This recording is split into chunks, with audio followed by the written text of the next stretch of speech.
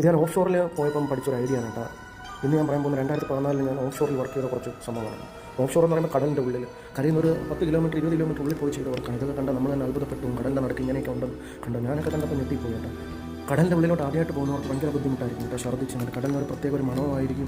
നമ്മൾ ആദ്യമായിട്ട് പോകുമ്പോൾ എന്തായാലും ഛർദ്ദിക്കും. പക്ഷേ ഞാൻ ഛർദ്ദിച്ചൊന്നുമില്ല, നമ്മളെ കൂടെ ഉള്ളവരൊക്കെ ഛർദ്ദിച്ചിട്ടാ. ഈ കടലിൻ്റെ മണവും അല്ലാതെ തന്നെ ഈ ബോട്ടിൽ പോകുമ്പോൾ ബോട്ട് നല്ല ഷേക്ക് ചെയ്തായിരിക്കും പോകുന്നത്. കടലിൻ്റെ ഉള്ളിൽ തിരമാലയൊക്കെ ഉള്ളതുകൊണ്ട് അതിൻ്റെ ഇതും വെച്ചിട്ട് വയറൊക്കെ കിടന്ന് കുലുങ്ങിയൊക്കെയാണ് ഛർദ്ദിലൊക്കെ വരുന്നത്. ഈ കപ്പലിലാണ് നമ്മൾ വരുന്നത് കേട്ടോ, ഈ കരയിൽ നിന്ന് വരുന്നത്. എന്നിട്ട് വേറൊരു കപ്പലിലൊക്കെ സ്റ്റേ ചെയ്തൊക്കെയാണ് ജോലി ചെയ്യുന്നത്. നേരത്തെ കാണിച്ച പ്ലാറ്റ്ഫോമിന് ചേർന്ന് തന്നെ ആയിരിക്കും സ്റ്റേ ചെയ്യുന്നത്. ഹെലികോപ്റ്ററിലും വരും കപ്പലിലും വരും ജോലി ചെയ്യുക. ഞങ്ങൾ കൂടുതൽ ജോലി ചെയ്തവരൊക്കെ ഹെലികോപ്റ്ററിലാണ് വന്നത്. എനിക്ക് ഭാഗ്യമില്ലായിരുന്നു, ഞാൻ കപ്പലിലാണ് വന്നത്. ഈ ഹെലികോപ്റ്റർ വന്ന് ഇറങ്ങാൻ മുകളിൽ ഹെലിയാപ്പ് എന്ന് പറയുന്ന സംഭവം ഇവിടെയാണ് വന്ന് ഹെലികോപ്റ്റർ വരുന്നവർ ഇറങ്ങുന്നത്. അന്ന് ഞാനൊക്കെ ഓഫ് ഷോറിൽ പോയ സംഭവം ഓർമ്മയുണ്ടല്ലോ, എനിക്ക് ഇപ്പോഴും പേടിയാണ്. കാരണം എന്ന് വെച്ചാൽ അന്ന് ഞങ്ങൾ പോകുന്ന ടൈമിൽ നല്ല ഹ്യൂമിഡിറ്റി ആയിരുന്നു. അതുപോലെ തന്നെ കടലിൻ്റെ ഉള്ളിലോട്ട് പോകും തോറും ഹ്യൂമിഡിറ്റി കൂടുതലും ആയിരിക്കുന്നത്. ഈ വീഡിയോ എടുക്കാനൊന്നും അലൗഡ് അല്ലായിരുന്നു. എന്നിട്ട് ഞാൻ ഇങ്ങനെയൊക്കെ എടുത്ത വീഡിയോസൊക്കെയാണ് ഇത്.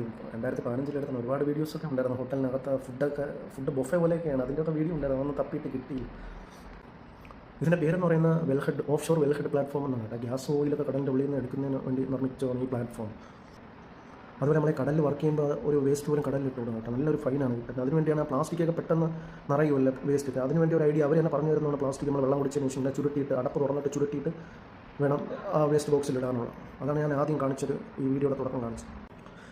ഇതൊക്കെ എൻ്റെ കിടന്ന കുറച്ച് വീഡിയോസൊക്കെയാണ്. ഒരുപാട് വീഡിയോസ് ഉണ്ട് കേട്ടോ. അന്ന് ഞങ്ങൾ പോകുന്ന സമയത്ത് നല്ല ഹ്യൂമിഡിറ്റി ആയിരുന്നു. വർക്ക് ചെയ്യുന്ന സമയത്തൊക്കെ നമ്മൾ വിയർത്ത് കുളിച്ച് നമ്മൾ കൈയും കാലും എല്ലാം കോച്ച് പിടിക്കുമെന്ന് പറയും. എന്ന് വെച്ചാൽ നമ്മുടെ ശരീരത്തെ വെള്ളം എല്ലാം പോയി കഴിഞ്ഞ് കഴിഞ്ഞാൽ നമുക്ക് നടക്കാനൊന്നും പറ്റത്തില്ല. എത്ര വെട്ടം വീണ് പോയിട്ടുണ്ടെന്ന് അറിയാം. പിന്നെ എന്താണ് ഈ കപ്പലിൽ തന്നെ ഫുഡ് ഐറ്റംസൊക്കെ ചവർ പോലെ ഉണ്ട് കേട്ടോ. നമുക്ക് ഇഷ്ടമുള്ള പോലെ എടുത്ത് കഴിക്കുക. അതെല്ലാം ഫുഡിനൊന്നും ഒരു കുഴപ്പമില്ല. പിന്നെ എന്താണ് സിഗ്നലില്ല, നെറ്റ്വർക്ക് ഇല്ല. നമ്മൾ 4-5 ദിവസത്തെ പണിക്ക് വേണ്ടിയാണ് പോയത്. ഒരു മാസത്തോളം കടലിന് ഉള്ളിലായിരുന്നു.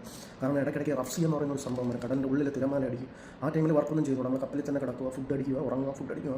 മൊബൈലും ഇല്ല, ഒന്നുമില്ല, യൂസ് ചെയ്യാൻ പറ്റത്തില്ല. അങ്ങനെയൊക്കെ കിടന്ന് അനുഭവിച്ച് കുറേ. വർക്ക് ടൈമിലൊക്കെ ആണെങ്കിൽ ഞാൻ പറഞ്ഞില്ലേ, എൻ്റെ കാലൊക്കെ കോച്ച് പിടിച്ച് ഒരു വല്ലാത്തൊരവസ്ഥയായിരുന്നു.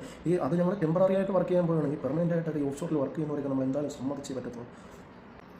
അന്ന് നമ്മൾ ഇത്രയും കിടന്ന് അനുഭവിക്കുന്നതിന് നമുക്ക് 100 റിയാൽ എക്സ്ട്രാ കിട്ടും പെർ ഡേ. ഒരാൾക്ക് ഒരു ദിവസം നമ്മളെ ശമ്പളം അല്ലാതെ 100 റിയാൽ എക്സ്ട്രാ കിട്ടും. അങ്ങനെ ഒരു മാസം കിടന്നപ്പോൾ 3000 റിയാൽ അങ്ങനെ കിട്ടിയിട്ടുണ്ട് ശമ്പളം അല്ലാതെ. ഇതേയുള്ള അവിടെ ഇച്ചിരി ഗുണമായിട്ട് ബാക്കിയില്ല. നമ്മൾ കിടന്ന് പാടുപെടുന്നത്. എന്തായാലും ഓഫ് ഷോറിൽ വർക്ക് ചെയ്യുന്നവരാരെങ്കിലും ഉണ്ടെങ്കിൽ അവർ അനുഭവിക്കുമെന്ന് പറഞ്ഞു കൊടുക്കുക.